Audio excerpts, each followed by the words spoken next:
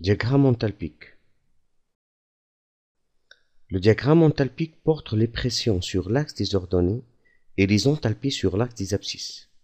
Ce type de diagramme s'appelle aussi le diagramme de Modier. Ici, nous avons un diagramme enthalpique réel relatif à un fluide frigorigène avec des pressions absolues sur l'axe des ordonnées et les enthalpies sur l'axe des abscisses. Courbe de saturation. Sur le diagramme, on peut distinguer les trois états du fluide frigorigène sous ces trois formes. L'état liquide plus vapeur, c'est l'état de changement de phase, et l'état vapeur. Ces trois zones sont délimitées par la courbe de saturation ayant la forme d'une cloche, à l'intérieur de laquelle le crayon se trouve dans son état d'équilibre liquide-vapeur. À gauche de la cloche, c'est la phase liquide, et à sa droite, c'est la phase vapeur.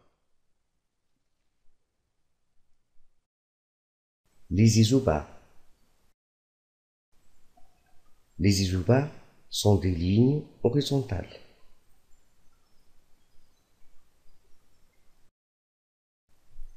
Les iso-enthalpies. Ce sont des lignes verticales. Les isothermes.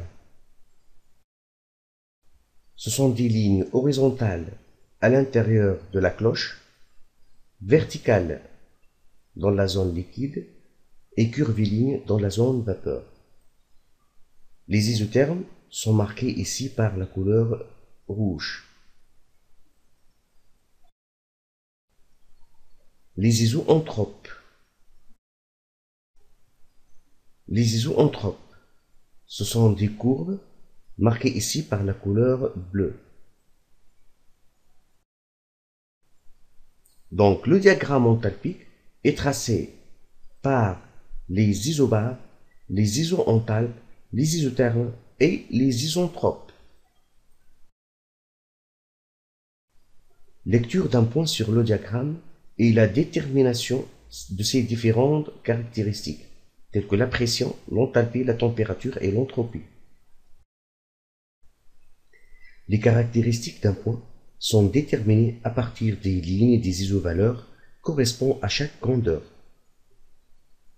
Dans cet exemple, le point passe par l'isobar 3 bar, par l'isenthalpe 453 kJ par kg et par l'isentrope 1,90 et l'isotherme 60 degrés.